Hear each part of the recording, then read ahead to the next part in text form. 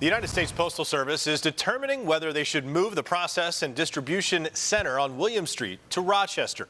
Next Wednesday, they're hosting a public meeting at the Creekside Banquet Facility to talk more about this study. To voice the union's opinions, we are joined by Frank Resiteritz, the president of the American Postal Workers Union. Frank, thank you so much for joining us this afternoon. So for those who may not know, if you can, share a little background with us. What exactly could be happening with this Buffalo location? Well, there's a shroud of mystery currently around just what will be happening.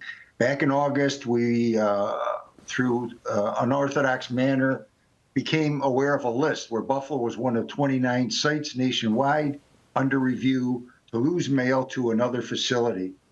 The Postal Service denied the existence of the list for a while.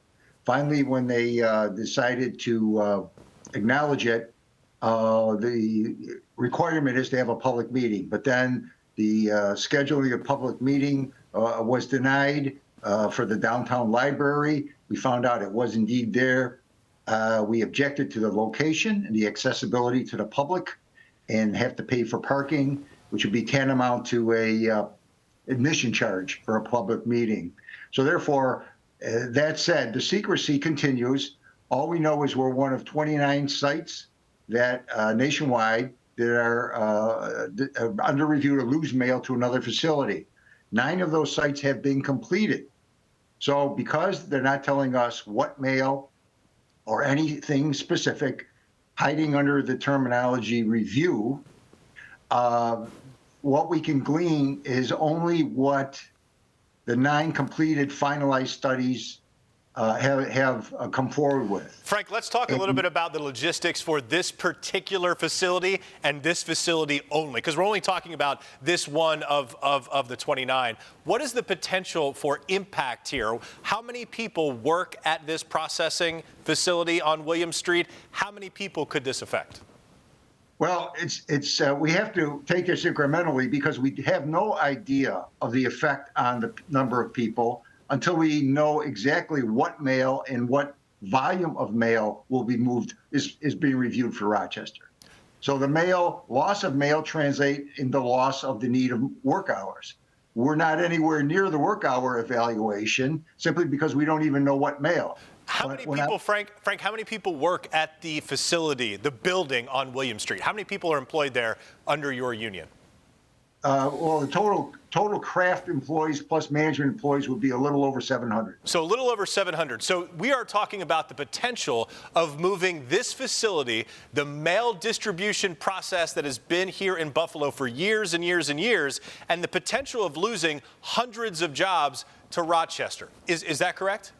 No, that's not correct. Okay. What is correct is that they're under review certain mails. For instance, there's the machine called the Advanced Facer Canceller.